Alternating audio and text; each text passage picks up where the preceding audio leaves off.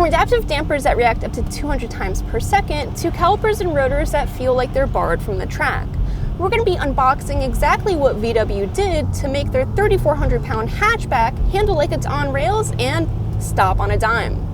I'm Marissa Simons with FCP Euro. Welcome to the Mk8 Brake and Suspension Guide.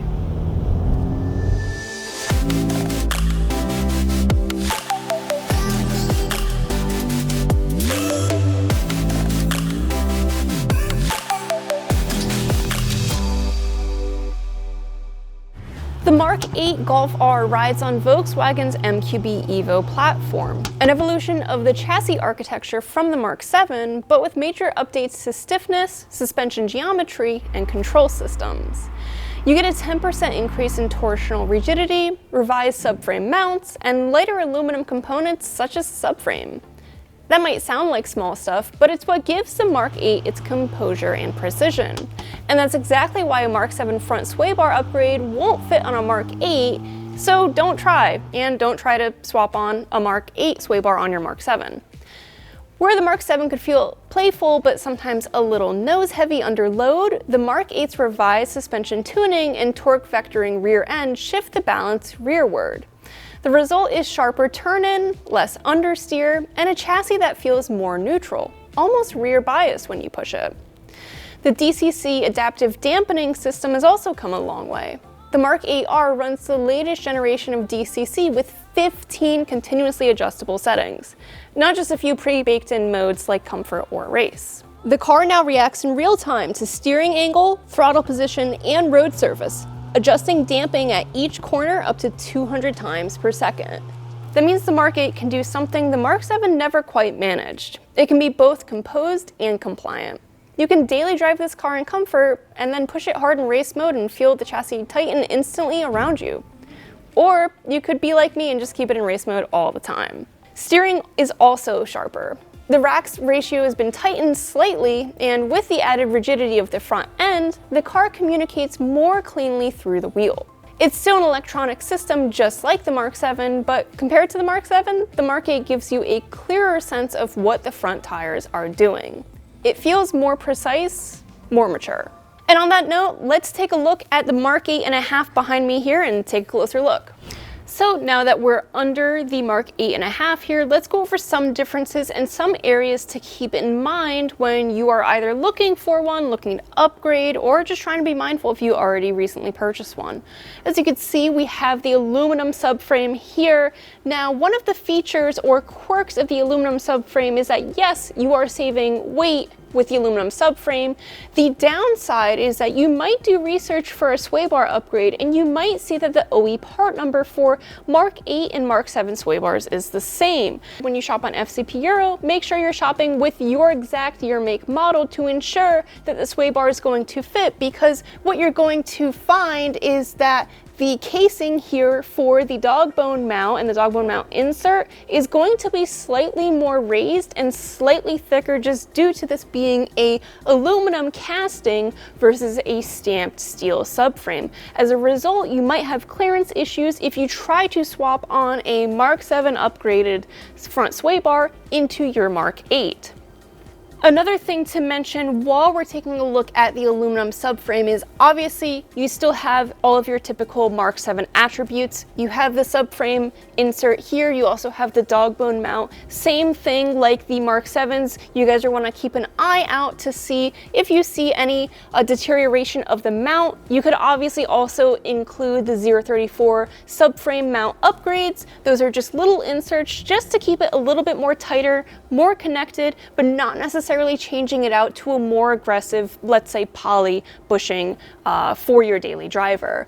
Obviously too, with this being such a brand new car here, we have the factory dog bone mount here. Obviously, as you guys know, 034 APR make dog bone mount upgrades that change this to billet aluminum.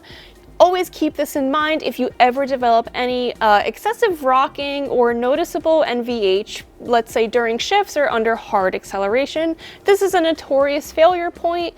Always keep that in mind. You know, you're doing oil changes onto the car, make sure to check that for play.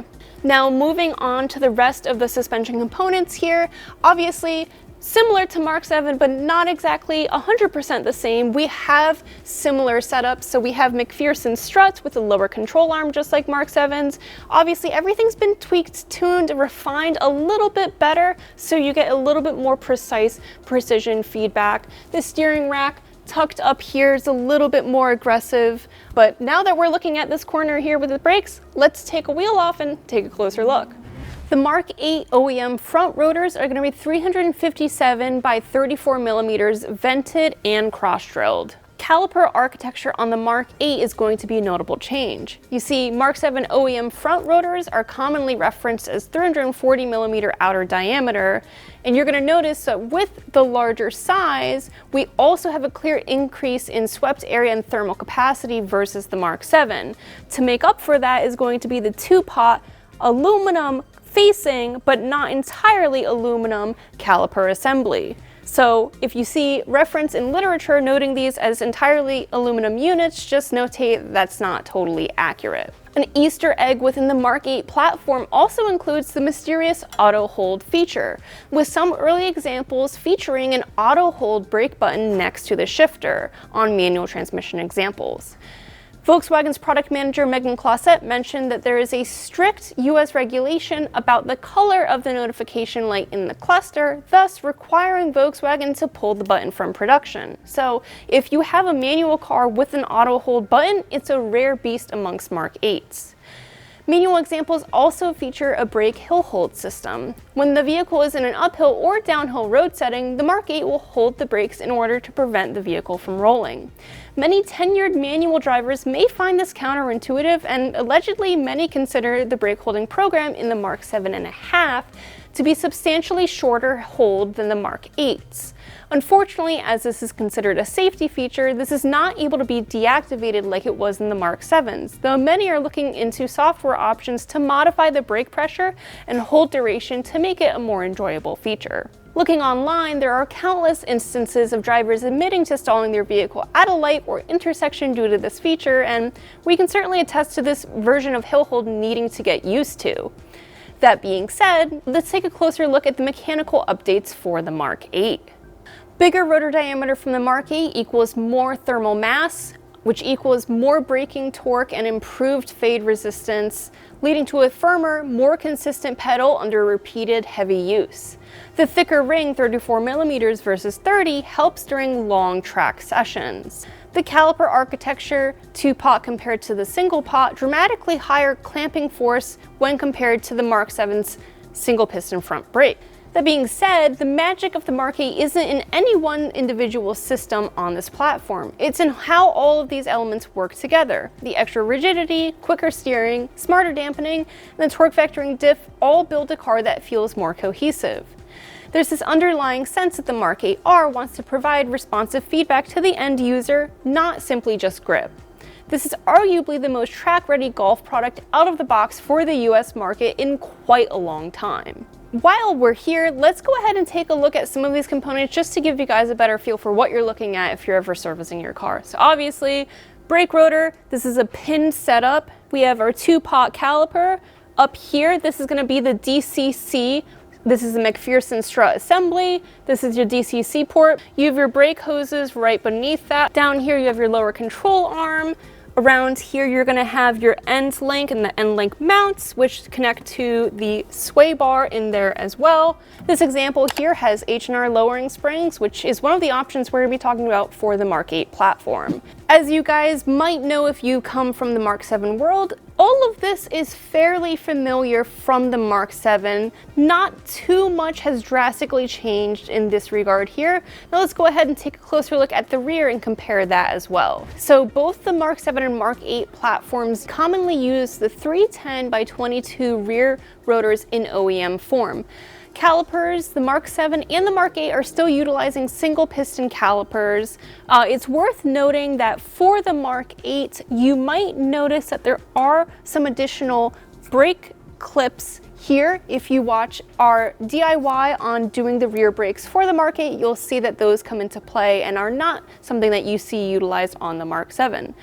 Going over the rest of the system here, otherwise it looks pretty familiar and similar to the Mark 7. You have your separated coil from the rear shock, and then you have the traditional 4 control arm assembly in the rear, utilizing a stamped steel subframe and stamped steel control arms. So overall, the rear, not much has changed, but again, you have your electronic parking brake and you have your DCC lines that are tucked a little bit better back here than they are from the front, but again, overall visually, very similar to the Mark 7. Now that we've looked at the front and rear wheels on the Mark 8 platform, let's go ahead and head over onto the table to show you some of the wear items and reliability issues you might need to look for on this chassis. So, by now, you've seen what makes the Mark 8 platform impressive. But here's the truth, owning one isn't just about performance or technology. It's about how it feels to live with, how it holds up, and what long-term reliability is going to look like for the platform. So what are some problem areas to watch out for? One area to watch is going to be the adaptive DCC suspension. It's an incredible system, but the dampers and sensors can be costly if they fail out of warranty. Now, the good news is they're far more durable than early systems for the Mark 7. Most owners report no issues well past 60,000 miles, and the calibration is more consistent across drive modes.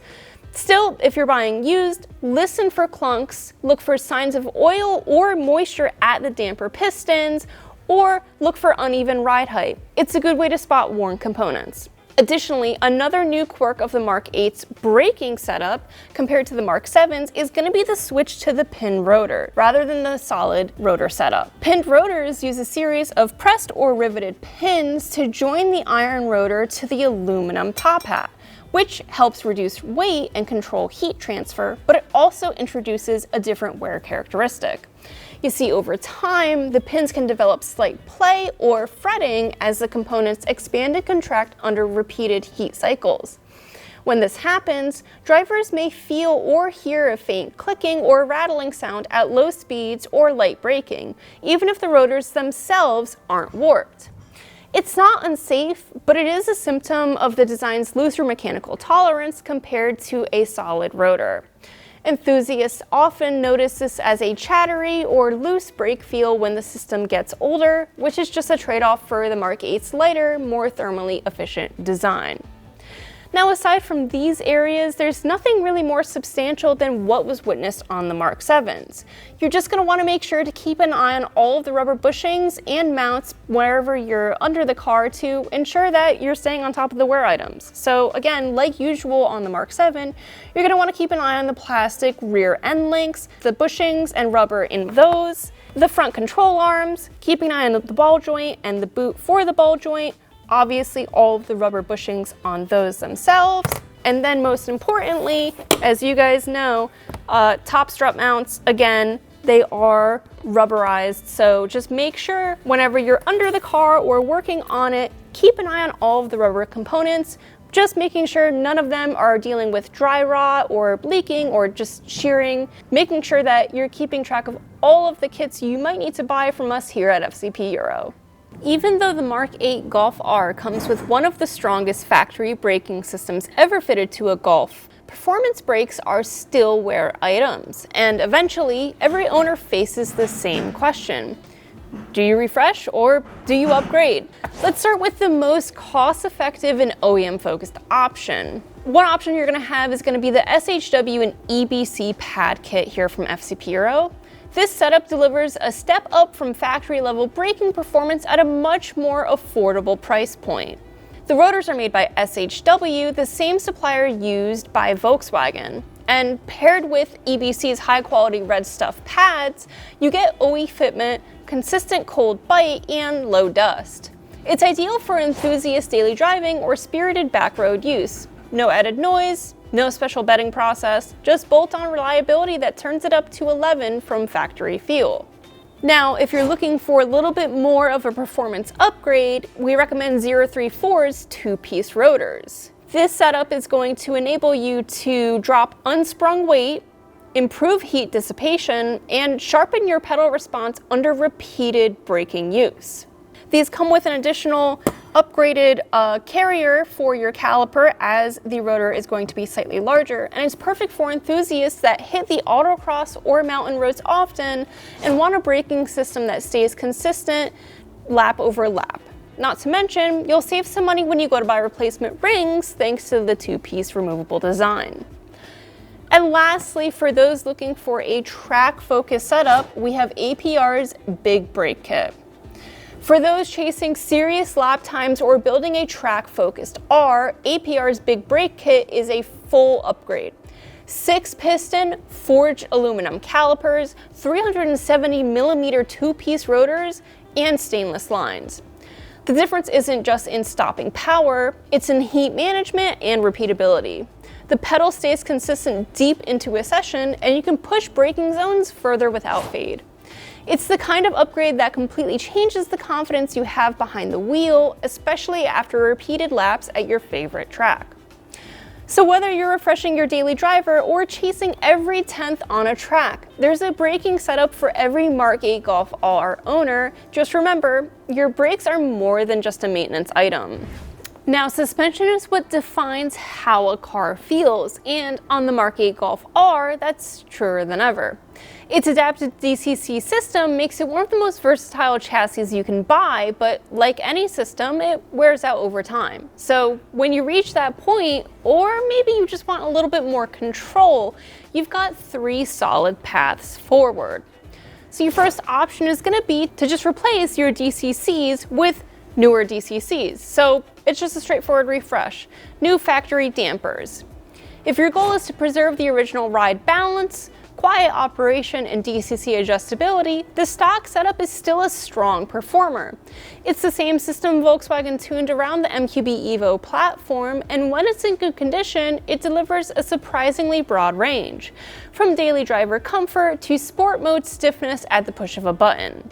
Or, if you're interested in a little bit more of a performance upgrade, lowering springs are going to be the perfect balance for those who want a sharper edge without losing DCC compatibility. Most of the lowering springs we offer here at FCP Euro drop the car roughly an inch, which in turn drops the center of gravity and gives the Mk8 a more planted stance, both visually and dynamically. Paired with the factory DCC adaptive dampers, you get noticeably reduced body roll, quicker steering response, and a ride that still works on real-world roads. It's the easiest way to wake up the chassis without diving into a full coilover setup. And then lastly, if you're serious about dialing in the car for both street and track purposes, this is where coilovers completely transform the experience. We offer several high-performance options tailored for the MQB Evo platform, from daily driver-friendly kits that balance comfort and precision to fully adjustable track-proven setups designed for the serious enthusiast. Whether it's a street-focused kit from Bilstein or KW, or something more motorsport-oriented like AST's 5100 series or Öhlins, these systems give you total control. From ride height and rebound dampening and corner balancing, so you can fine-tune your suspension exactly the way you want it. Now, underneath the chassis of the Mk8 Golf R, there's a subtle but critical evolution that often goes unnoticed: the subframe mounting architecture. Volkswagen upgraded the MQB Evo platform's subframe layout when building the Mk8. Result: higher torsional rigidity, improved aluminum front subframe, and refined mount points that help the suspension and brakes work more directly. Even so, like all performance-oriented platform cars, there's some inherent flexibility built into the factory rubber mounts to allow noise, vibration, harshness, isolation, and daily comfort. That flexibility means under high load, hard launches, spirited corners, track sessions, you can still get unwanted subframe movement that dilutes steering precision and rear suspension response. That's where a precision upgrade like the 034 Motorsport Insert Kit comes in. The billet aluminum rear subframe mount insert kit for MQB Evo all-wheel drive cars is engineered to fill the voids in the factory mounts and limit rear subframe deflection under load. By eliminating the quote-unquote softness in the mounts, you lock in geometry, sharper turn-in, and rear feedback, and allow the rest of your suspension and brake system to behave without hidden compliance. For a build that's truly dialed in, suspension, brakes, and the platform holding it all together, this piece completes the puzzle. Going into control arms and bushings, these are the unsprung heroes of precision. When people think suspension upgrades, they usually jump straight into coilovers or lowering springs. But the real foundation of how your Mark 8 handles comes down to what connects it all: your control arms and the bushings. The factory arms on the Mark 8 are fine for comfort and compliance. But once you start dialing in more grip or adding stiffer suspension components, those stock rubber bushings start to become a weak link. That's where Super Pro comes in. You see, their high-performance aluminum arms and polyurethane bushings are designed to maintain precise alignment and steering geometry, even under aggressive cornering loads. And you can see here, not only do we have the Super Pro aluminum control arms, but we also have the stamped steel variants. Now, the aluminums replace the stock arms for a lighter weight design that reduces flex and add caster for better straight line stability and turn and response. They also offer these steel control arms for those looking for a more subtle and cost-effective choice with less aggressive alignment specifications. Going into the adjustable rear lower control arms here, these are going to be perfect if you're running lowered ride heights or coilovers, and since they let you fine-tune camber and toe, your tires will be able to wear more evenly and your alignment can stay more dialed in with this setup. Another great option for those who want total alignment precision, especially if you're tracking or chasing that OEM Plus perfection, are these here.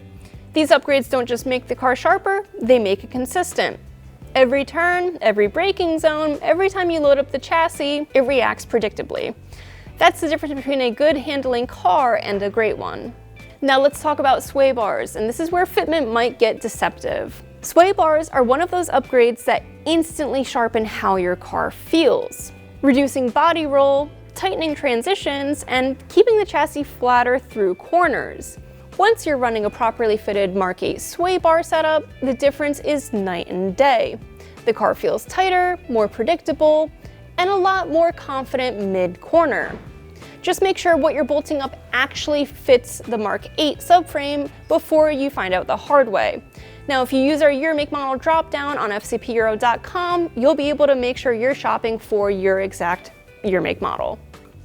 Now, if you found this guide helpful, subscribe for more in-depth coverage on the Mark 8 platform, including reliability upgrades, pre-purchase inspection how-tos, right here on FCP Euro's YouTube channel. And be sure to check out FCPEuro.com for all of the kits mentioned in this video, here on the table and behind me. As always, thanks for watching, and we'll catch you guys on the next episode.